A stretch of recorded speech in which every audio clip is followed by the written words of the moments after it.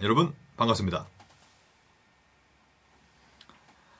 오늘 우리가 다룰 질문은 바로 이것입니다. 제가 읽겠습니다. 하나님의 무한하심이란 무엇인가요? 하나님의 속성에 대한 질문이에요. 하나님의 무한성이라는 하나님의 속성을 정의함에 있어서 아주 중요한 위치를 차지하고 있는 속성이에요. 바로 무한성이라는 것인데요. 이 질문에 답하기 앞서서 이게 자꾸 이제 우리 가족 얘기를 자꾸 하게 되는데, 저는 좀 뭐라 그럴까요? 좀 사랑을 확인받는 스타일이거든요. 그래서 제 딸들한테 하루에도 막 수십 번씩 물어봐요. 너 아빠 얼마나 좋아? 제가 약간 좀 이 사랑 결핍증인 것 같아요. 그래서 자주 물어봅니다.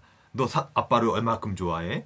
얼마나 좋아해? 그러면 딸들이 이렇게 얘기해요. 100번 좋아. 아니면 뭐 1000번 좋아. 근데 이제 제 첫째 딸은 초등학교 4학년이니까 좀 수학적인 지식이 좀 있어서 막 10,000번, 막 10,000,000번 막 이렇게 얘기해요. 근데 이제 첫째 딸은 1학년이라서 아직 수학적 지식이 좀 낮아가지고 아빠 막 99번 좋아해, 막 100,000,000번 좋아해, 막 이렇게 막 말도 안 되는 수학적 말을 막 합니다. 그만큼 이제 자기의 마음을 표현하고 싶은 것이죠. 근데 그러다가 이제 첫째 딸과 둘째 딸이 이제 경쟁을 붙어요. 그래서 막 자기가 알고 있는 최고 높은 수를 막 제시하는 거예요. 나는 그러면 막 9,999만 9천 막 이렇게 아빠를 좋아해, 막 이렇게 말합니다. 그러면 막내가 막 이 지식이 딸리니까 수학적 지식이 막 이제 하는 거예요. 근데 막 하다가 드디어 끝판왕이 등장합니다. 그건 뭐냐면 드디어 첫째 딸이 한 번이 딱 가죠. 그러면 나는 아빠를 무한대 좋아해. 그러면 이제 둘째 딸이 말하죠. 무한이 뭐야?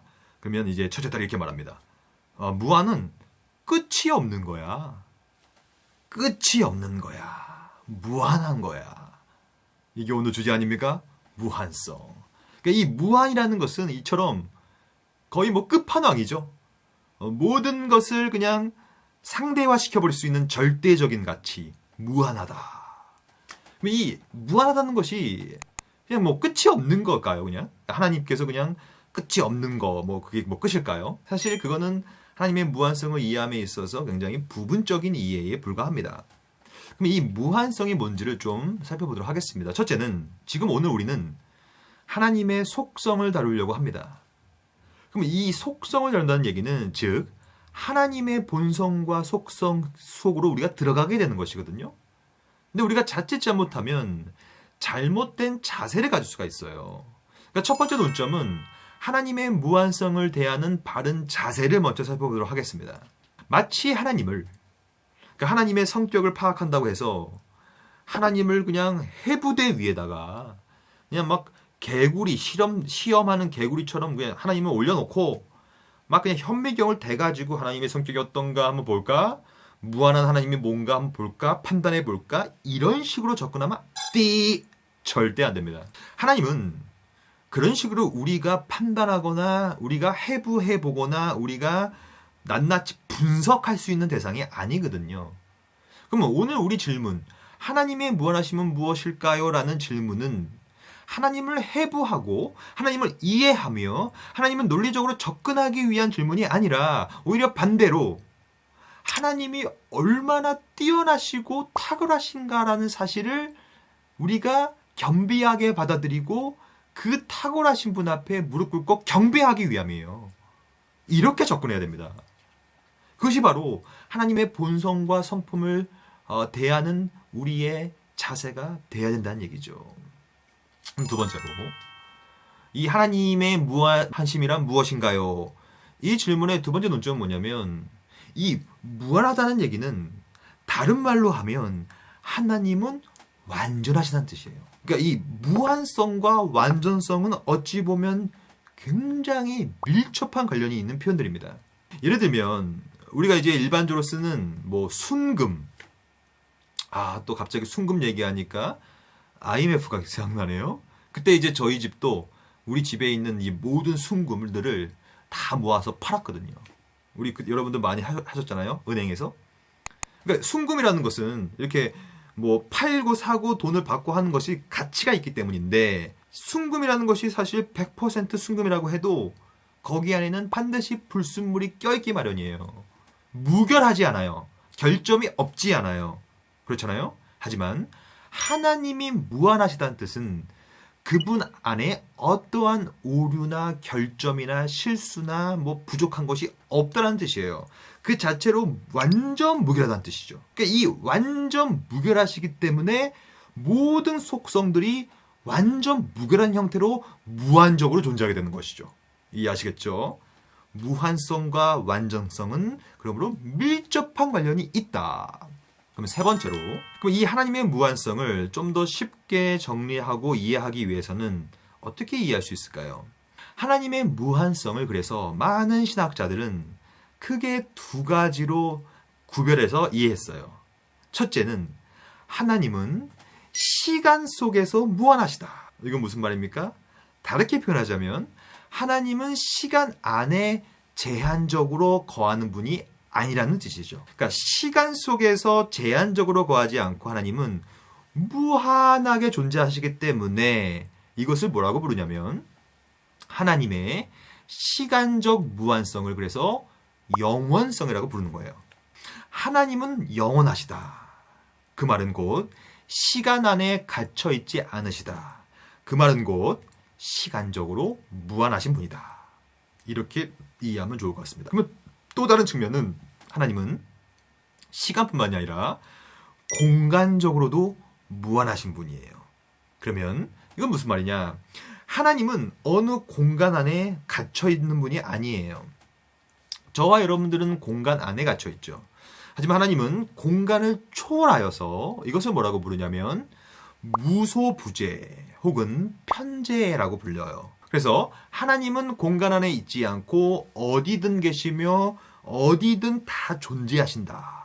이게 바로 하나님의 공간적인 무한성이에요. 그러므로 예를 들면 저 같은 경우에는 저 박재현이라는 저 같은 사람은 지금 현재 오후 3시에 서울에 머무를 수밖에 없는 존재예요. 왜냐? 저는 유한하기 때문에 그렇습니다. 하지만 하나님은 반대입니다. 하나님은 시간과 공간 안에 거하는 분이 아니기 때문에 영원 가운데 어디든 계시는 영원하시고도 동시에 무소부재한 무한한 존재죠. 그러니까 이것은 우리에게 어떠한 감정을 일으킵니까? 하나님을 막 그냥 재단하고 판단하게 됩니까? 아니죠. 우리와는 차원이 다른 분이다. 그래서 우리는 그 앞에 무릎 꿇고 경배하여 그분을 섬겨야 되는 것이죠. 그러면 이 모든 내용을 성경에 비추어서 한번 또 정리해 보도록 하겠습니다. 베드로 후서 3장 8절 말씀인데요. 이 말씀은 시간 속에서 하나님은 얼마나 영원하시는가 이것을 이제 말하고 있는 거예요. 사랑하는 자들아 주께는 하루가 1000년 같고, 그러니까 하나님은 시간 속에 갇혀있지 않기 때문에 하루가 곧 1000년이에요. 1000년이 곧 하루 같다는 이 한 가지를 잊지 말라. 뭡니까? 시간적인 무한성, 곧 영원성을 말하고 있는 것이죠. 또 하나 볼까요? 욥기 11장 7절부터 9절 말씀인데요. 제가 읽어볼까요? 네가 하나님의 오묘함을 어찌 능히 측량하며, 너무 중요한 표현이에요. 오묘함. 하나님의 속성을 우리가 다루고 있습니다. 이 얼마나 오묘합니까? 오묘하신 분 앞에 우리가 할 건 뭡니까? 무릎 꿇어 경배하는 겁니다. 왜냐? 그분은 오묘하기 때문에 그를 어찌 측량하며 적는 자를 어찌 능히 알겠느냐. 여러분 우리 교만하면 안 됩니다. 하나님 앞에서는 겸비해야 돼요. 겸손해야 돼요. 왜냐? 그분은 오묘하기 때문에 그렇습니다. 그리고 그분은 어떤 분이냐? 하늘보다 높으시다. 하늘 아래 갇혀있는 분이 아니에요.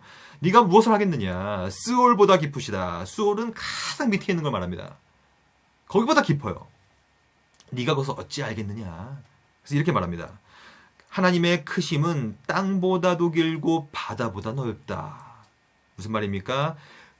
하나님은 공간 안에 제한적으로 유한하게 존재하는 분이 아니다. 반대로 무한하게 공간적인 무소부재와 공간적 편재를 갖고 있는 분이다.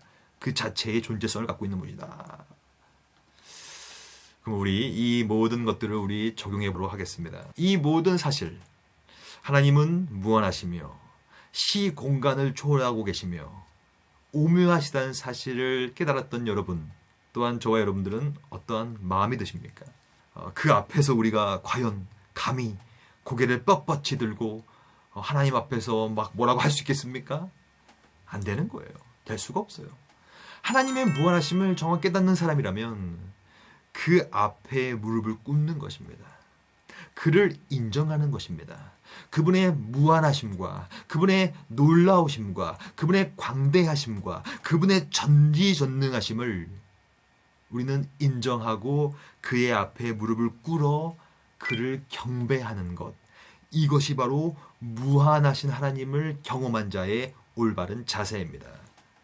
여러분, 오늘도 저와 여러분 모두 다 이 하나님의 무한하심을 정확히 깨달으시고 그 앞에 무릎을 꿇어 경배하는 저와 여러분들 되었으면 좋겠습니다.